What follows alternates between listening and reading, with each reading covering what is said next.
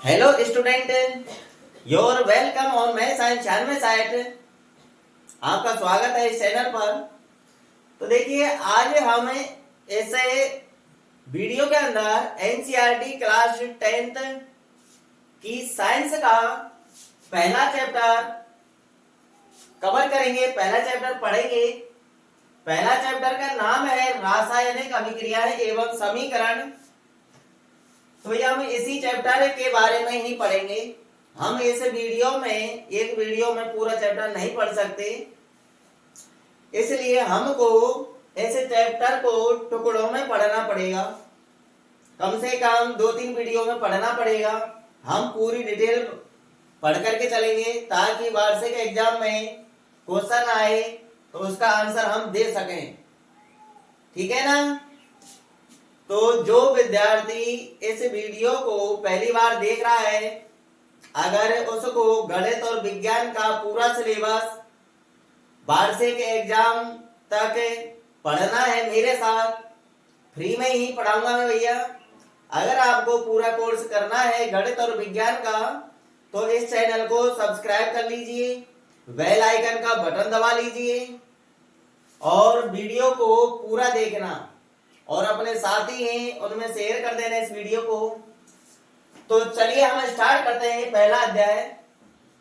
तो यार, चैप्टर का नाम क्या है? रासायनिक अभिक्रियाएं एवं समीकरण। तो आपके दिमाग में एक सवाल आ रहा होगा कि सर जी, रासायनिक अभिक्रिया किसे कहते हैं एवं समीकरण, रासायनिक समीकरण किसे कहते हैं? सबसे पहले हमको यही बताओ कि रासायनिक अभिक्रिया क्या होती है और रासायनिक समीकरण क्या होता है। इनके बारे में हमको पहले पता होना चाहिए क्योंकि चैप्टर का नाम है। तो देखिए, सबसे पहले मैं बताऊंगा आपके लिए रासायनिक अभिक्रिया, उसके बाद हमें सीखेंगे रासायनिक समीकरण किसे कहते हैं। तो देखते रहिए, वीडियो को पूरा देखना एंड तक, स्किप नहीं करना है। तो देखिए, रासायनिक अभिक्रिया, रासायनिक अभिक्रिया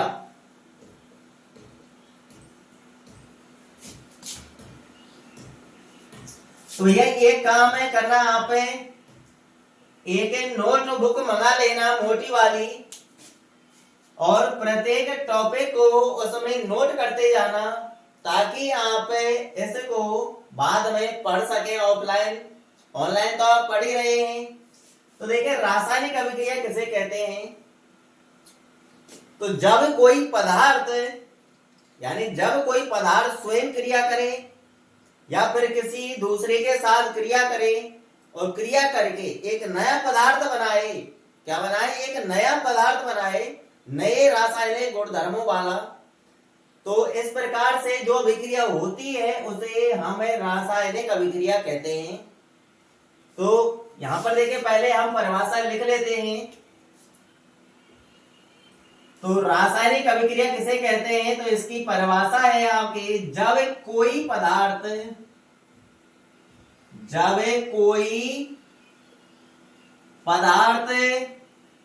स्वयं भी तो क्रिया कर सकता है। आपको नहीं मालूम कि स्वयं क्रिया करते हैं? जैसे गर्मियों के मौसम में दूध को खुला छोड़ दिया जाता है तो ऊष्मा ग्रहण करके वो यानी दही में बदल जाता है। ये क्या है? यानी जो दूध है वो स्वयं ही तो क्रिया कर रहा है। तो देखिए, जब कोई पदार्थ स्वयं अथवा स्वयं या किसी अन्य पदार्थ से क्रिया करके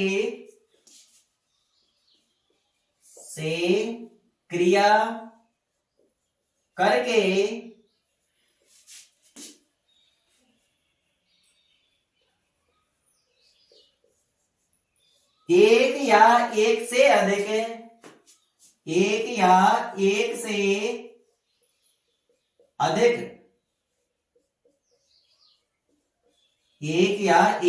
अधिक नए रासायनिक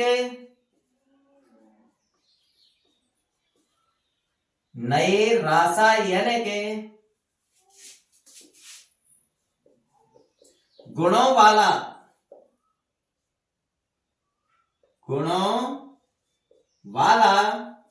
पदार्थ बनाता है। क्या बनाता है? पदार्थ बनाता है।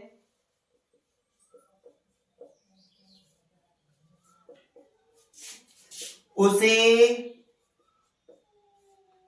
रासायनिक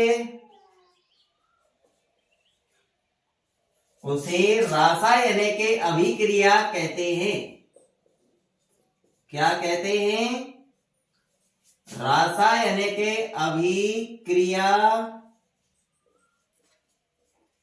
कहते हैं।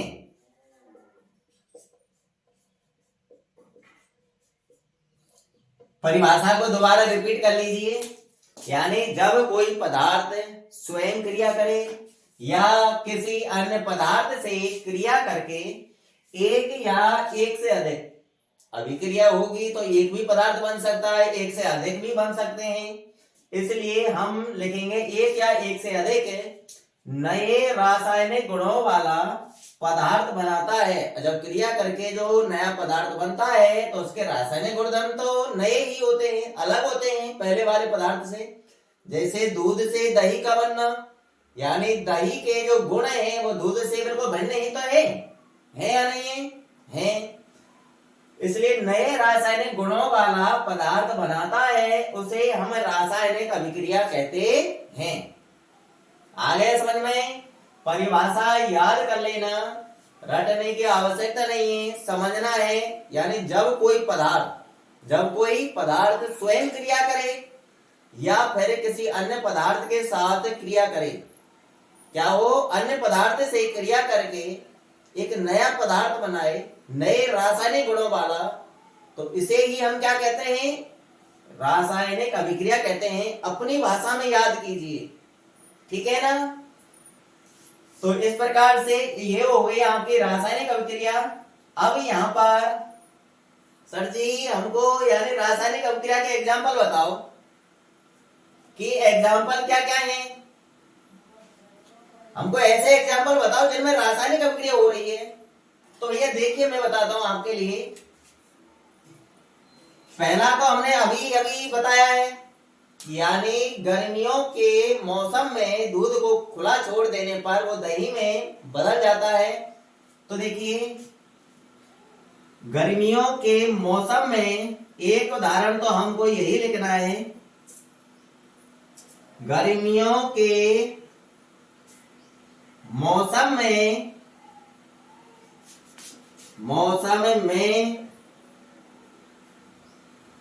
खुला छोड़ने पर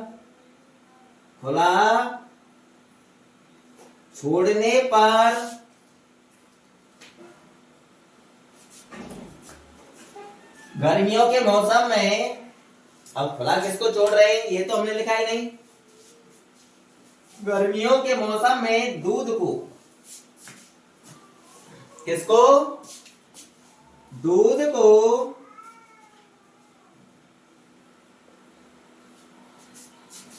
खुला छोड़ने पर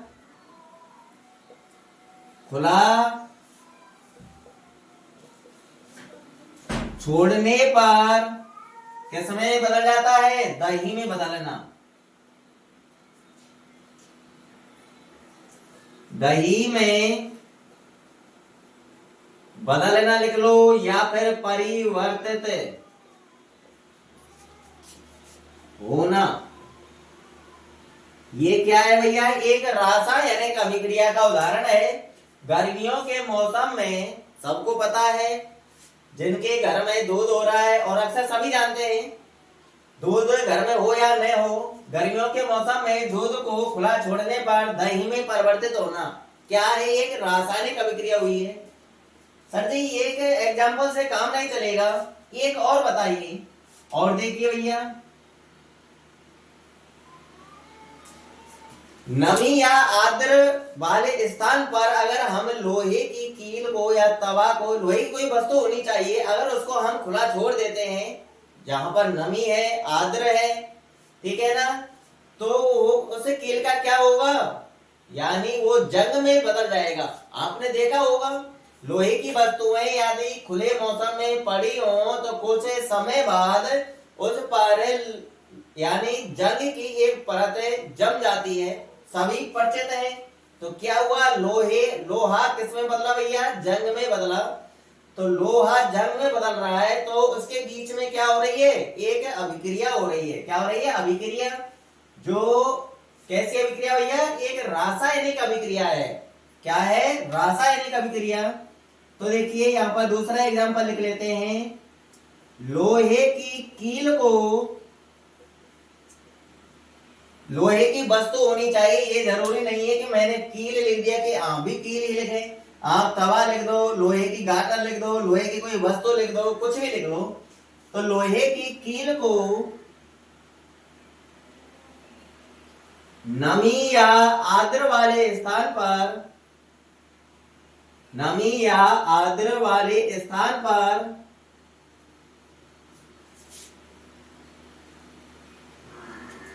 नमी या आर्द्र वाले स्थान पर खुला छोड़ देने, खुला छोड़ने पर, खुला खुला छोड़ने पर, खुला छोड़ने पर जंग में, जंग में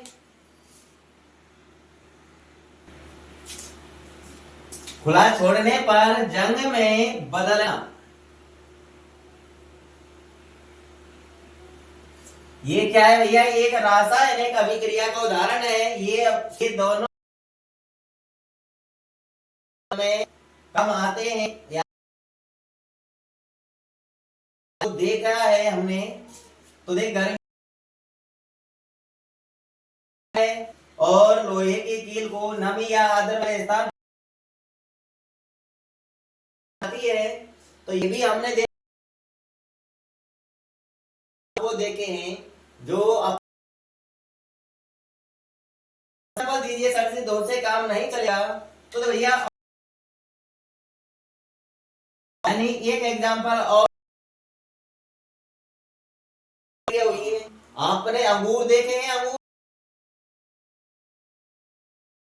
और उनको यानी खुला छोड़ दीजिए, अंगूरों का किंडबल होने लगता है, सड़ जाते हैं। देखे आपने, तो भैया अंगूर का किंडल है तो उसको भी हम होना क्या लिख देंगे, तो देखिए का किण्वन होना, ये हमने होता है। तो क्या उसके अंदर एक रासायनिक अभिक्रिया ही हुई है। और एग्जाम्पल दीजिए तो जो अपन के दैनिक जीवन में हमने देखी हो, तो ये जो अपन भोजन करते हैं हमारे पेट में जाता है आहार नाल के द्वारा, तो अपन का वो भोजन पच जाता है, पचता है नहीं पचता है, पच जाता है। तो भोजन का जो रासायनिक अभिक्रिया ही है। क्या है भैया, एक रासायनिक अभिक्रिया है। तो वो भी अपन को एग्जाम्पल में दे देना है यहाँ पर। क्या है, भोजन का पचना एक रासायनिक अभिक्रिया ही है। और भैया क्षण हम सांस लेते हैं, बाहर होते हैं सांस को, तो जो बार बार सांस लेते हैं बाहर निकालते हैं, क्रिया हो रही है, हम ऑक्सीजन ले रहे हैं, वायु अंदर जाकर के ऑक्सीजन अलग हो जाती है और निकल क्या रही है, कार्बन डाइऑक्साइड। तो ये कार्बन डाइऑक्साइड कहां से बनी है, क्या हो रही है, अभिक्रिया का ही उदाहरण है। देखिए श्वसन क्या है भैया, श्वसन। अब तो आगे होगी समझ में, तो एक बार रिवीजन करा देता हूं। देखिए जब कोई पदार्थ, जब पदार्थ के साथ क्रिया करके एक नया पदार्थ बनाए, नए रासायनिक गुणों वाला, रासायनिक अभिक्रिया कहते हैं। रासायनिक अभिक्रिया की मैंने आपको उदाहरण दे दिए। गर्मियों के मौसम में दूध को खुला छोड़, ये एक रासायनिक अभिक्रिया है। और लोहे की किसी वस्तु को नमी या आर्द्र वाले स्थान पर खुला छोड़ देते हैं तो कुछ दिन जाती है, तो लोहे की कील का जंग में बदलना एक रासायनिक अभिक्रिया है। और यानी गर्मियों, यानी को खुला छोड़ देते हैं हम, तो जब हम अंगूरों को खुला छोड़ देते हैं तो वो उसके अंदर किण्वन हो जाता है, उनका क्या हो जाता है, किण्वन हो जाता है उनका। तो उनका किण्वन होना भी आ रहे हैं, हमारे शरीर के अंदर जा रहा है, उसका पाचन हो रहा है। तो भोजन का पचना क्या एक रासायनिक अभिक्रिया है। श्वसन है, अपन लेते हैं, श्वसन करते हैं, तो यार ऑक्सीजन भी एक रासायनिक अभिक्रिया ही है। आगे होगा समझ में कि रासायनिक अभिक्रिया किसे कहते हैं, तो यही आपकी एक रासायनिक अभिक्रिया।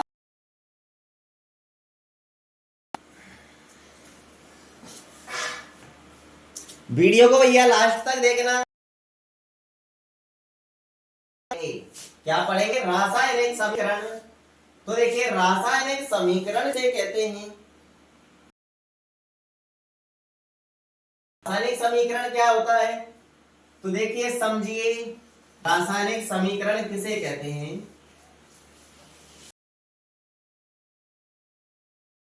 अगर किसी को कुछ कंफ्यूजन होता है तो भैया कमेंट कर दिया करो कि आपको दिक्कत क्या है। कमजोर हो, कमजोर से कमजोर वो छात्र, अगर वो डेली लगातार मेहनत करेगा, कर लेता है, ठीक है ना। तो रासायनिक समीकरण,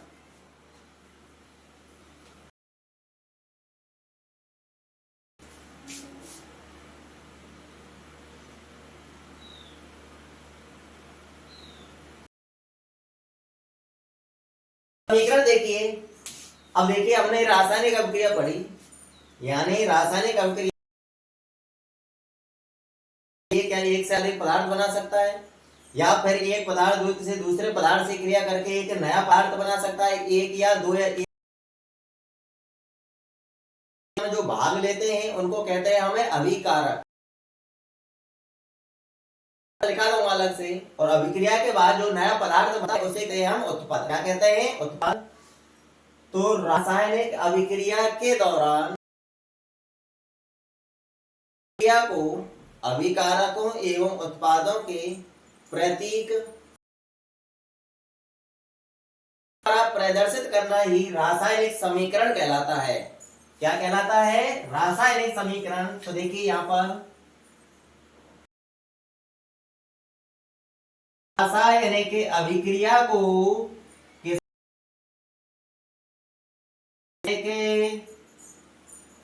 अभिक्रिया को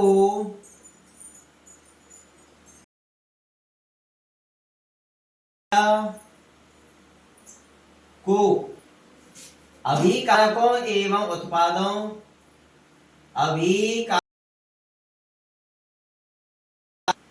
अभिकारकों एवं उत्पादों एवं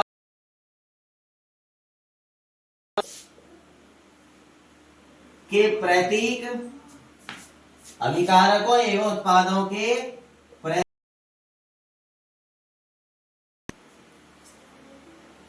तथा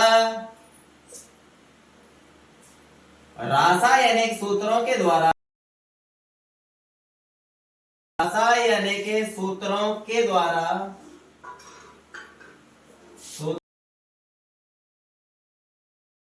प्रदर्शित करना, प्रदर्शित करना, रासायनिक, रासायनिक समीकरण कहलाता है।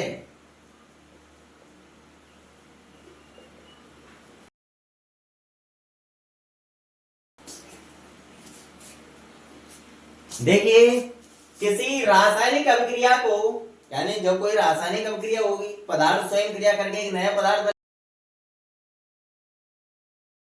से क्रिया करके एक नया पदार्थ बनाता है, उसको, यानी किसी रासायनिक अभिक्रिया को, अभिकारकों, अभिक्रिया में जो भाग लेते हैं उन्हें हम कहते हैं अभिकारक, अभिकारकों एवं उत्पादों, अभिक्रिया के बाद जो प्राप्त होते हैं प्रतीक तथा रासायनिक सूत्रों के द्वारा प्रदर्शित करना क्या कहलाता है? रासायनिक समीकरण कहलाता है। तो किसी रासायनिक एवं उत्पादों के प्रदर्शित करना रासायनिक समीकरण कहलाता है। एग्जाम्पल देखिए इसका, रासायनिक समीकरण का। तो देखिए एक बार मैं आपको मुंहजबानी बता देता हूं। तो इसमें एनसीईआरटी की जो किताब है, क्लास 10th की जो साइंस है, एक मैग्नीशियम रिबन, यानी मैग्नीशियम की कोई छड़ छोटी सी जैसे इतनी बड़ी ले ली, तो मैग्नीशियम की, मान लीजिए मैग्नीशियम की रिबन है, ऐसे मैग्नीशियम क्या करते हैं, जलाते हैं, तो जलाएंगे तो उस जगह ऑक्सीजन मौजूद होगी।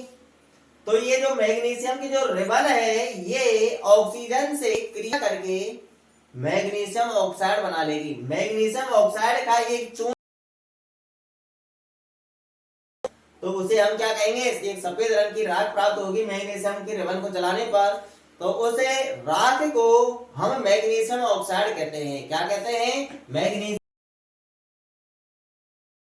उसका एक एग्जाम्पल दे रहा हूं आपके लिए। तो ये है आपकी मैग्नीशियम को जब हमें जलाएंगे तो वहां पर क्या मौजूद होगी भैया? ऑक्सीजन मौजूद होगी। तो मैग्नीशियम और ऑक्सीजन आपस में क्रिया करके MgO, मैग्नीशियम ऑक्साइड का निर्माण होगा। तो ये आपका क्या है? क्या है? रासायनिक समीकरण। ये है आपके अभिकारक और ये है आपके उत्पाद। तो अभिकारकों एवं उत्पादों के प्रतीक क्या है? प्रतीक तथा रासायनिक सूत्रों के द्वारा, ये मैग्नीशियम का रासायनिक सूत्र है, ये मैग्नीशियम ऑक्साइड का रासायनिक सूत्र है। ठीक है ना? अब देखिए इनके प्रतीक, यानी तो भैया ये तो होगी सॉलिड। ऑक्सीजन क्या है? गैस है। तो भैया ये होगी आपकी गैस। मैग्नीशियम ऑक्साइड जो राख प्राप्त होगी उस, यानी राख एस, मैग्नीशियम ऑक्साइड। अब इसको संतुलित कर लेते हैं। इधर ऑक्सीजन 2 है तो इधर 2 का संतुलित करना आपकी समझ में अभी नहीं आएगा, मैं अलग से समझाऊंगा। यहां पर 2 लगा देंगे तो 2Mg प्लस O2 2MgO। रासायनिक समीकरण है अभिकारकों एवं उत्पादों के प्रतीक प्रदर्शित करना। जो हमने ये प्रदर्शित किया है कि मैग्नीशियम ऑक्सीजन से क्रिया करके मैग्नीशियम ऑक्साइड का निर्माण हो रहा है, मैग्नीशियम ऑक्साइड का निर्माण कर रहा है ये मैग्नीशियम। तो ऐसे प्रदर्शित करते हैं, तो इसी को समीकरण कहते हैं। तो आगे होगी समझ में। अगर किसी को कुछ डाउट हो तो भैया कमेंट कर देना। तो आज इनको ही याद करना भैया, ठीक है ना? मिलते हैं वीडियो को, और जब तक के लिए ऑल द बेस्ट।